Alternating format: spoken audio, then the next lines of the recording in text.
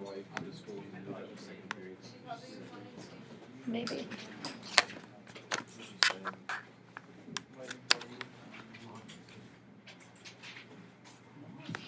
There we go. Sorry.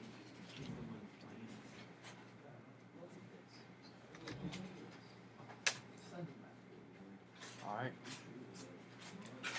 Okay, so the 52 was 4x squared plus 4x minus 15.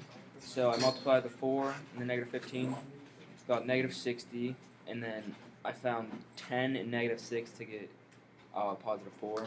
So 4x squared minus 6s plus 10x minus 15. And then factored those two, got 2x times 2x minus 3. And then 5 times 2x minus 3. And then I pulled the 2x and the 5 down to get one of the parentheses, and then kept the 2x minus 3. Any questions for Jacob?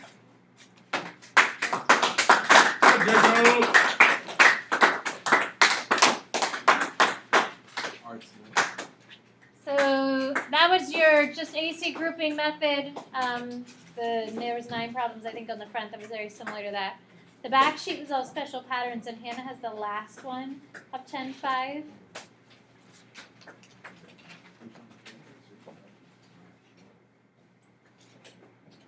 So to do 48, you just had to take out the GCF, which was n, and then you get n squared minus 8n plus 16, and then you could factor that with negative 4 for both, and you get n parenthesis x minus 4 squared. So the trick with number 48, taking out what they have in common first, and then factoring it with the special square. She's sitting down very quickly. Any questions for Hannah? Nice job. Good. Good.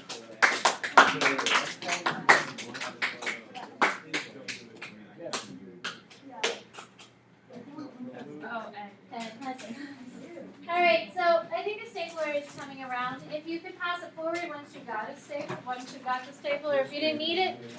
Is it alright if I just turn in line paper and fill out the worksheet? Yeah, you don't need the worksheet. Just turn in the paper. No worksheet necessary. My name. Sorry, the stapler was just for the people who needed to staple their 2 line papers together. I don't know what I'm saying. Wait, so you don't need this paper? I just need wherever you have your work. Oh my god. Oh wait, I think you got it. If you don't have anything to work, you don't have anything else. Martin, let's see. What if you do the other?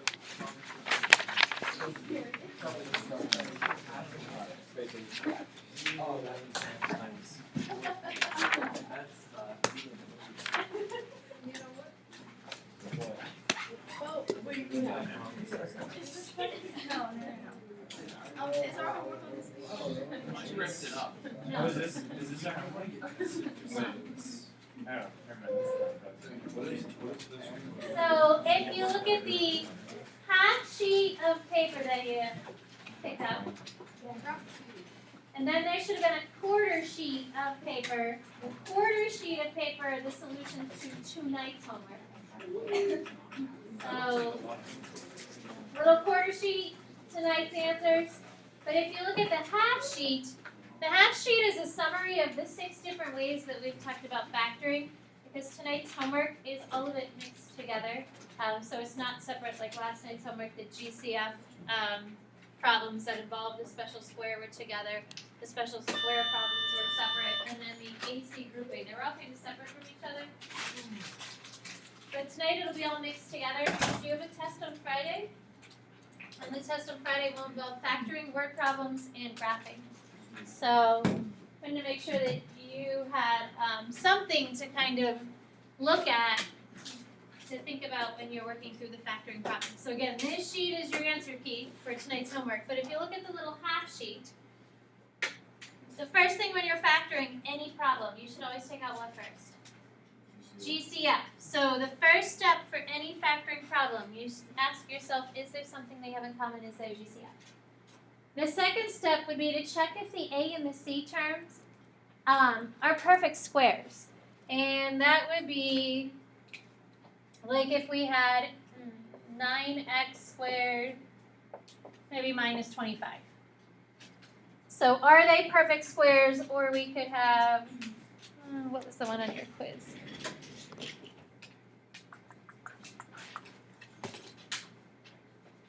thought there was one on your quiz. Maybe not.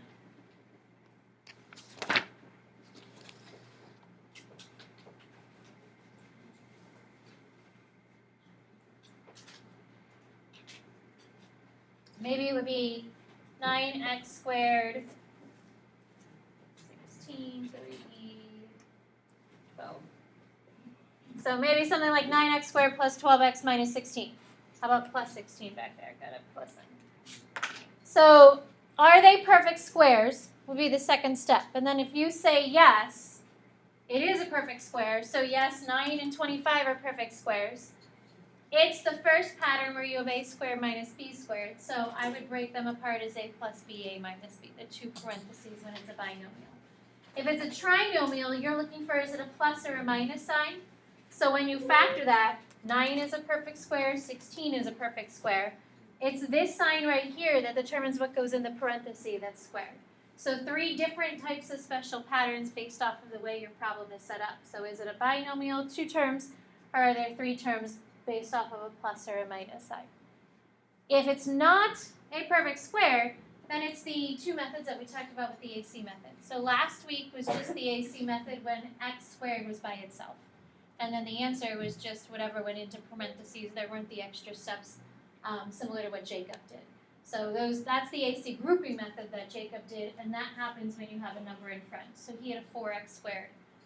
Instead of just having an x squared, and you have to do those couple of steps to get it to factor. So I made this sheet this morning because I thought maybe it would be helpful for you to have like all the types of factoring that we've talked about together and why you would use one versus the other. So if you need to look at it tonight to remind yourself or kind of start looking over things for your test on Friday. That's kind of a summary sheet of the factoring that we talked about. So today we are going to do 4 word problems. Everybody's favorite thing to do besides factoring is factoring with word problems. Right, Aaron? Exactly what you were thinking. Yeah. Favorite thing. I don't mind word problems. You don't mind word problems? No, it's not factoring. So in your packet, if you could look at, I think it's 22.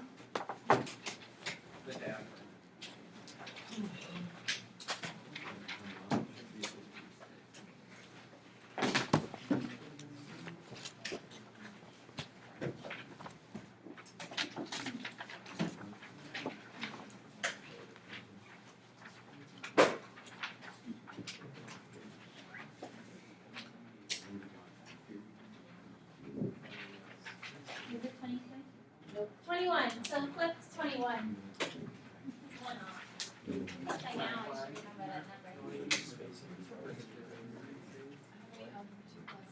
This is number 4. So again, by now I should remember that it's page 21. Yeah. This is the 4th time you've done this today? 4th time How today. can you do it? That's so boring. Yeah, I feel like you must really love Do you say like the same stuff in every class? Yeah. Somewhat. I mean, sometimes I add a little bit, change Spice it a little up. bit. Yeah, you can't. Create a backstory. Like, what about that quote? Yeah, what about that Using quilt? first moment. I mean, you have a quilt lying around that you like snuggling up to when it's nice and cold outside. Yes. Yeah. You know, I thought it was going to be worse, but it's really not that bad. You know, I can't wait for that snow. Last night was a little chilly. A little chilly trick-or-treating last night. It was hot. I had 5 layers on my girls. They were probably hot too. I go to work. Oh, well, there you go. So I'm going to skip the zero product property at the top because we talked about that in the last section. Zero product property just says that if you have 2 values that you're multiplying together, one or both of them must be equal to 0. So the product, 2 things being multiplied together, if it's equal to 0, one of those 2 things has to be 0. So we talked about that in the last section 4.3. So the quilt problem, kind of like the picture frame problem that we went over on Monday, and similar setup. So you have a rectangular quilt. And I believe if you take this sewing class here, I think they make quilts. Yeah. Anybody have like a t-shirt quilt made out of, yeah. Those quilts are really cool where each square is like an old t-shirt. So you have a 5 by 4 foot quilt currently, and that's my pretty little pattern quilt up here. However, to complete the quilt, you want to put a border around it. And generally, if you own a quilt, whether it's old or newer, it has like a border that goes around the edge just to kind of clean it all up. So you want to use the remaining 10 square feet of fabric that you have to add a decorative border. So you don't want to go out and get more. Instead, you're going to use the 10 square feet of fabric that you have to kind of finish off the quilt. What should the width of the quilt's border be? So our goal is to figure out the stuff that goes around the outside. Should that be a foot? Should it be a foot and a half? Should it be maybe 8 inches? But we need to figure out that space or the border that goes around. So if you look at the diagram, the things are already labeled for you, whereas one of the other problems, we'll create our own drawing. But the quilt is 4 by 5. So this side of the quilt would be my 4. Can't really see that color very well. That's a little better. And then the length here is 5. But then there's X's all around it because your border goes all around. So I have a border here that this space is an X, but then on top I also have a space of an X.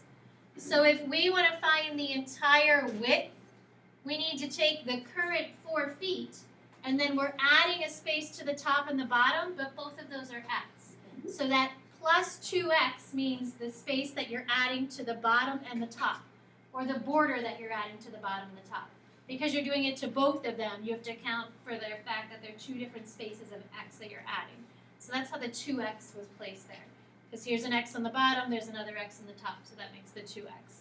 Same thing then with the length. So the current length is 5 feet, but we're going to add some space on the left and some space on the right. Whatever that space happens to be, it's going to be the same. So it's 5 plus 2X because I'm adding an X on the left and an X on the right. Questions with how the diagram is drawn? That seemed to confuse a lot of people in the last couple periods. Chris? How do you know which one's the width? Generally, I always thought of length moving left and right and width going up and down. So length, left, right, width, up and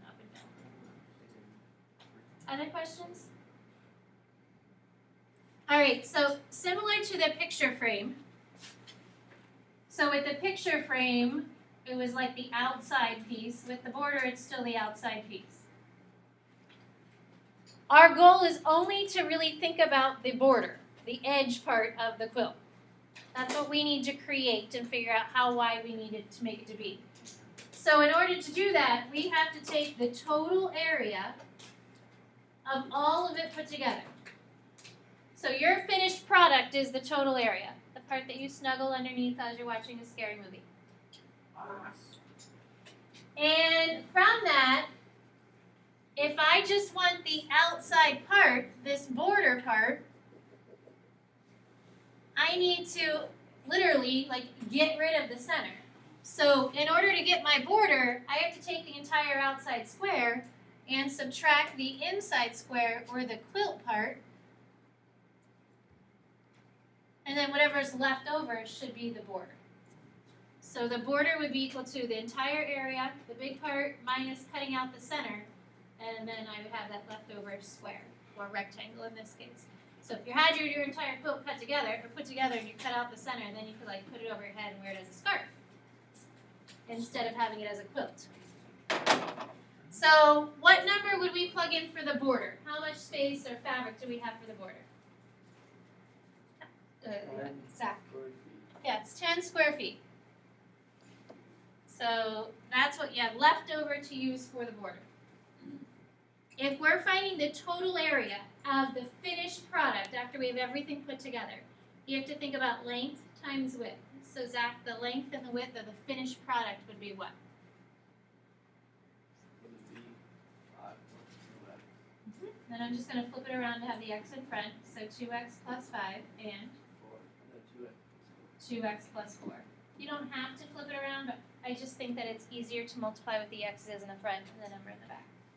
So this represents my finished product after the quilt is all sewed together, border included. But because I'm only solving for the border piece, we have to subtract the area that the quilted part takes up. And that would be that 5 times 4, because that was the area of the quilt, or 20. So the border space that we have is 10 square feet. In order to calculate that, we have to take our entire area and literally like cut out the center so that my leftover part is just the border. So that's kind of what we're doing with the equation. By cutting out the center, you're cutting out that 20 square feet of space. Questions? So see if you can FOIL and then factor the problem to try and figure out your x, which would be the width of your border. How wide should the border be that goes around the quilt? And again, similar to the picture frame, we were figuring out how wide should our picture frame be. So anytime you're trying to find an outside area, you're going to always have to subtract two quantities.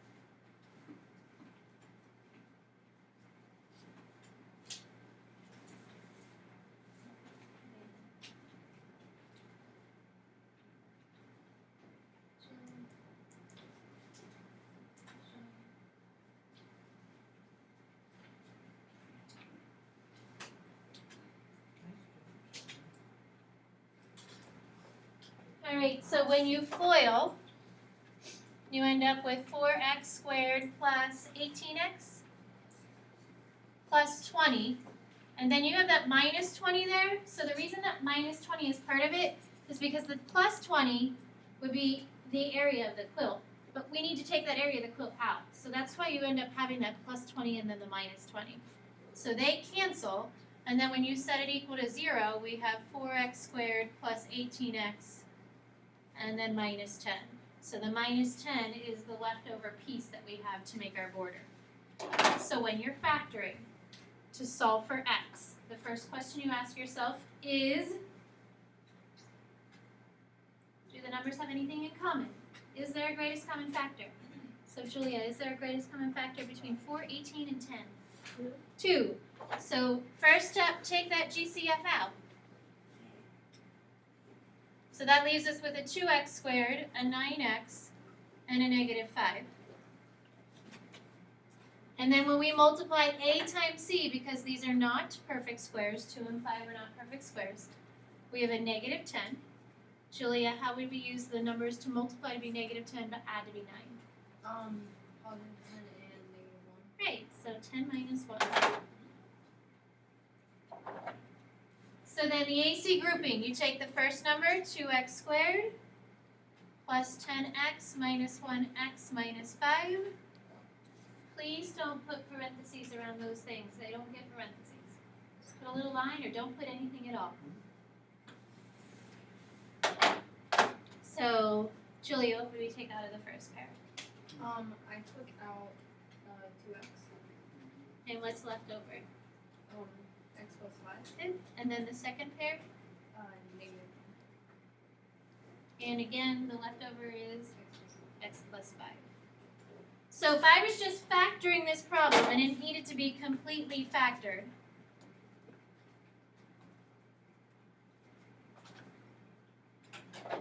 we have the original 2 that we took out of the problem, the GCF. The 2x minus 1 gets grouped together. And then we have the x plus 5. So that's completely factored. For something to be completely factored, the parentheses shouldn't have anything in common. The GCF should be taken out of them. To solve it, then you take just the parentheses where the x is and set them equal to 0. So Sean, what are the two x values in this problem? 1 and 5. I agree with how about negative 5? Well, if I set this equal to 0, what's it going to be? And then divide it by 2. Yeah, so 0.5 or 1/2. So what does that 1/2 mean with regards to the problem? So what should the width of the quilt's border be? Jacob? Should be 1/2 foot. Yeah, so the width should be 1/2 foot or 6 inches. So that means the border going all the way around the quilt is a 6-inch border or a 1/2 foot border. Questions? So I'd have 6 inches on the right, 6 inches on the left. You're really adding an extra foot in length because of it being on both sides, 6 inches on both sides. Any questions on that? So we're going to do a pool problem. We're building a deck around a pool that'll be similar to this. But before the deck problem, if you skip the bottom 2 problems and go to the painting,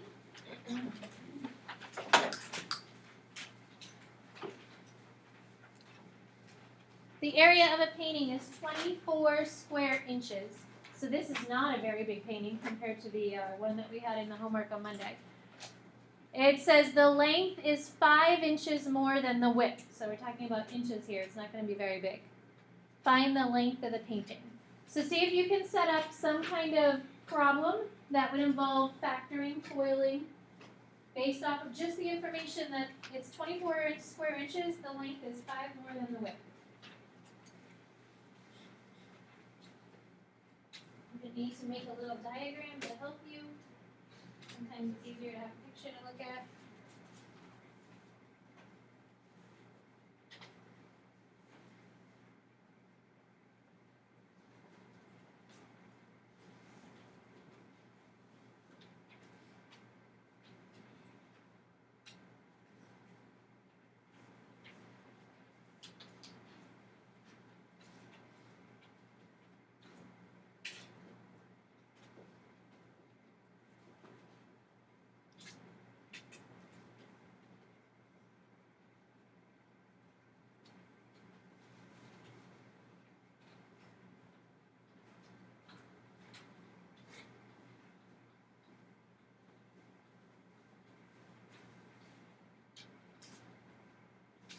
So I know the total area is 24.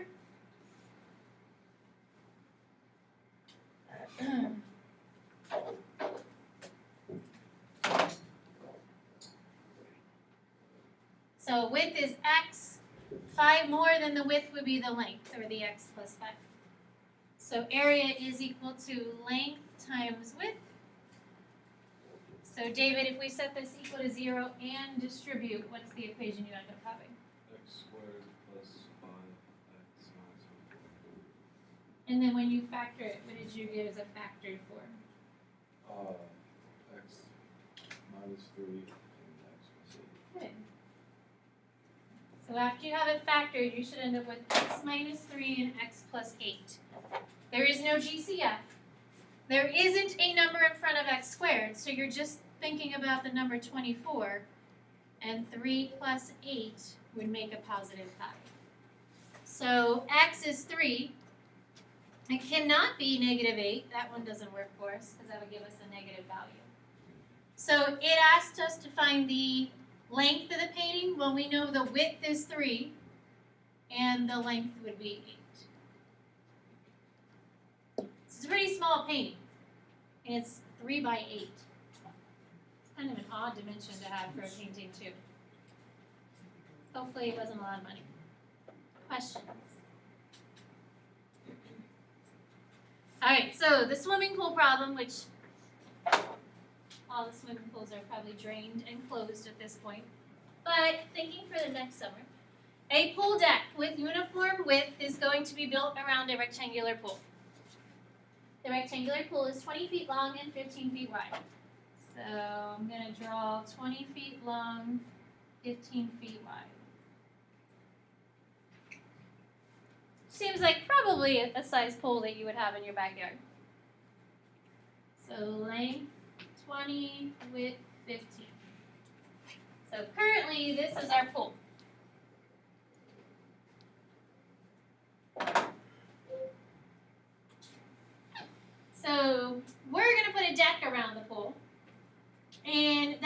deck is supposed to be of uniform width. The deck goes around the entire pool, so it's not like it's just going to be on the front part, just have a walking space there. But we want it to be all around the pool.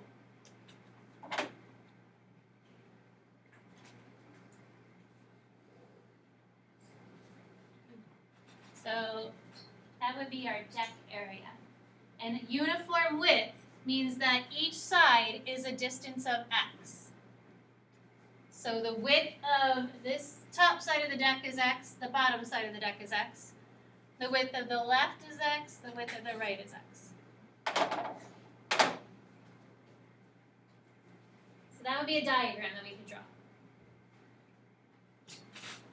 So thinking about the problem that we just did with the quilt.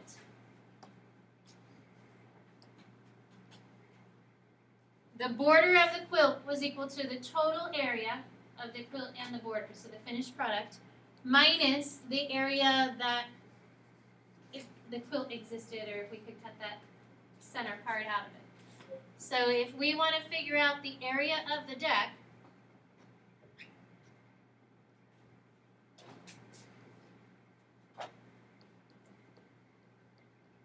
we would have the total area, all of the space,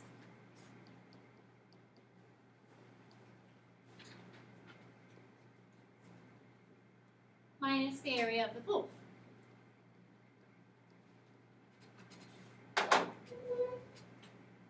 So the border is equal to the entire quilt minus just the area of the quilt. So the deck, the outside space, would be equal to the total area, and then take away that pool space. Whatever's left over should be the space of our deck. So what is the current area of the pool? 300, because it's 20 by 15. So the current area of the pool is 300 square feet.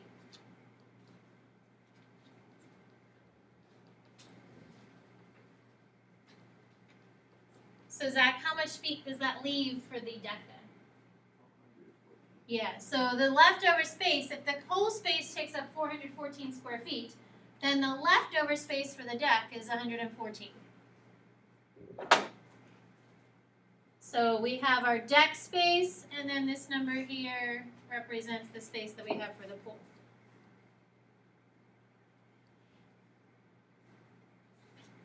So then we need to know what the equations or the expressions would be to represent the entire length, all of the space, the length of it that it's going to take up in the yard, and the entire width, including the deck. So that would be all of the deck and the pool. So does anybody know what that space, that length would be? Jacob? 15 plus 2x times 20 plus 2. Right, so if you're looking at the width, we currently have a width of 15, but I'm adding a space of x and x to the top and the bottom of it. So that would be 15 plus 2x, or 2x plus 15, however you want to think about it. And then the length part, again, it's currently 20, but we're adding space on either side. So an extra space of deck on both sides there, so that's how we get that 2x. So the 2x is created because the deck is on the left and the right of it. So that would be 2x plus 20. So just like the previous one, FOIL it, factor it. Does anybody have this FOIL? Amanda? 4x squared plus 70x plus 1. And then we've got that minus 300 there to take out the space of the pool. Total 414 or 114. The whole total area is 414, but if you take away the space of the pool to give you the space for the deck, it's 114. Because we just are focusing on the deck spot. Other questions? So these cancel, leaving us with 4x squared plus 70x, and then minus the 114. So Morgan, is there a GCF? 2? And when we divide everything by 2, we end up with 2x squared, 35x, and then 114 divided by 2. 57. So then, again, you took out a GCF. 2 and 57, definitely not perfect squares. So using the AC method, we have 2 times 57, which is negative 114. We need two numbers that multiply to be negative 114, but add to be 35. Jacob? 38 Nice job. 38 and negative 3. So that isn't a typical value that you would run into. If you need to use your calculator to do some combinations there to get a... So factor by grouping, 2x squared, and then 38x, negative 3x, and negative 57. So Jacob Smith, what would you take out of the first? 2x. 2x? And if you take that out, what do you get left over? X plus Good. And then out of the second pair, 3. and then you also have that x plus 19. So there's a 2, that was the GCF that we took out, so making it factored form, 2x minus 3 and x plus 19.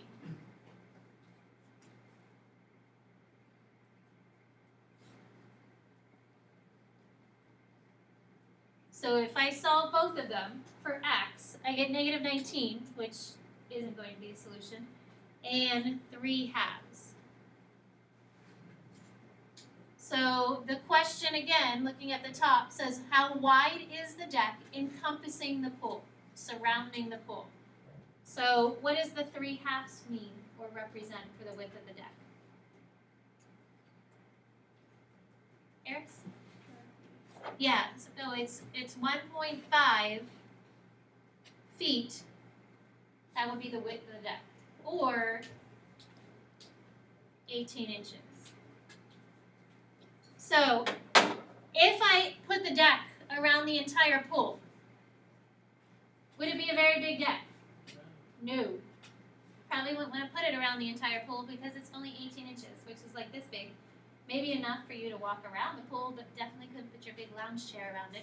So instead of encompassing the pool, maybe we would want to just put it on the front or on the side, or you need a bigger yard because an 18-inch deck really isn't sufficient, at least in my mind. Because you need to have a chair, at least one chair. What if you put a chair in the pool? Well, that might be even better, yes. Just have the chair in the pool, forget about the deck completely. Questions? All right, so one last problem. This problem was on your quiz last week on Tuesday. It was the last problem on the quiz. And a lot of people didn't have it set up right. So I thought it would be good that we went over it again to try and get an idea as to how to set these problems up. Because that was the part everybody missed, how to set it up, how to get the equation written. A bicycle shop sells 18 bikes, which I'm actually going to buy a bike right after school for my daughter. Well, after school. Like, it's winter season. I know, but it's her birthday and I have no clue what to get her, but she needs a new bike. A doll. A what? A doll. She doesn't like dolls. This is my daughter who dressed up as a dinosaur last night for Halloween. She doesn't like dolls. Get her a dog. No, why? Then I'd have to walk the dog and pick up the dog Wait, then food. get her a cat. I have a cat. Get her Just another get her a cat dinosaur. then. A dinosaur, yeah, just buy her a Get her some dinosaur fish. phone. We- Dinosaurs are fun. A bike I thought was a good birthday. Yeah, but it's winter. Yeah, she didn't use it. She'll probably grow out of it. That's oh no, it's a big bike. Like we got her a big bike. She'll grow into it. She'll grow into it, and it should last her until she's like, I don't know. A senior. Yeah, until she's ready to drive a car, pretty much. Motorcycle? No, not a motorcycle. No. All right, so 18 bikes per week is what the bicycle shop sells, and it charges $100 per bike. If we increase the price of the bike by $10, then the shop obviously would sell less because you're charging more, so you're not going to sell as many. So it would sell 3 less per week. How much should the shop charge to maximize the sales? So how would you set the problem up? Because that was the part that a lot of people messed up on. And I'm gonna put an S instead of R since it says sales. Zach, what do you think? Would it be 18 minus 3x? So, if we're talking about bikes, those are considered like terms. They should be together in the same parenthesis. Currently, we sell 18 bikes. Minus 3x, because x represents the number of times that I reduce the cost or I increase the cost. So I would sell less bikes every time I increase the cost, or more bikes every time I would decrease the cost. So that's why the x goes with the 3. And then Zach, the other part would be 100, and we are having a price increase, and we don't know how many times we're going to increase that price. That's why the x goes with the 10. So 18 minus 3x in parentheses, 100 plus 10x. There are two ways you can solve this. If I want to find the max, we need to find the vertex. That vertex can be found by either using negative b divided by 2a, or by taking your x-intercepts and dividing them, bless you, and dividing them by 2. Now, if you want to use negative b over 2a, you need to take this and FOIL. But if you want to use the x-intercepts, where are the x-intercepts? Julia? In the parentheses. In the parentheses. Do you know what they would equal? -6 and 10. Yeah, these are your x-intercepts. So if it's already in x-intercept form, and you know how to find the axis of symmetry when you have the x-intercepts, it makes a lot more sense to find it that way. So she said the x-intercepts would be at -6, how about +6, and -10. So if we take -10 plus 6, cut them in half, that should be where the vertex is. That's the middle of the graph. Danger. So if you solve this, 18 minus 3x equals 0. So -3x is 18. And then divide by -3. So like, you're just solving, Yeah, because you have to switch it when yeah, you know what, I missed my negative there. Sorry. And then here, if we divide by -10, 100 divided by -10 is -10. This is a negative sign here.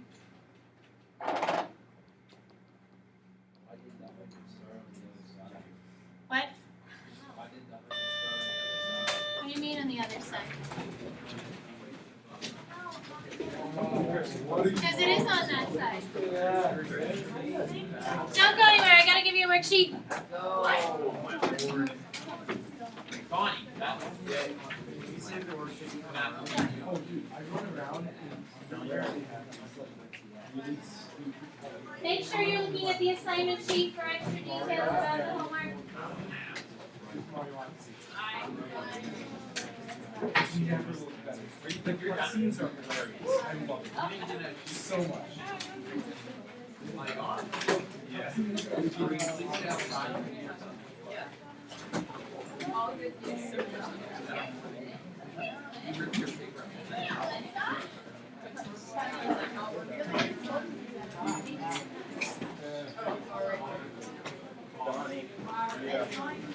I still have to download Rocket League.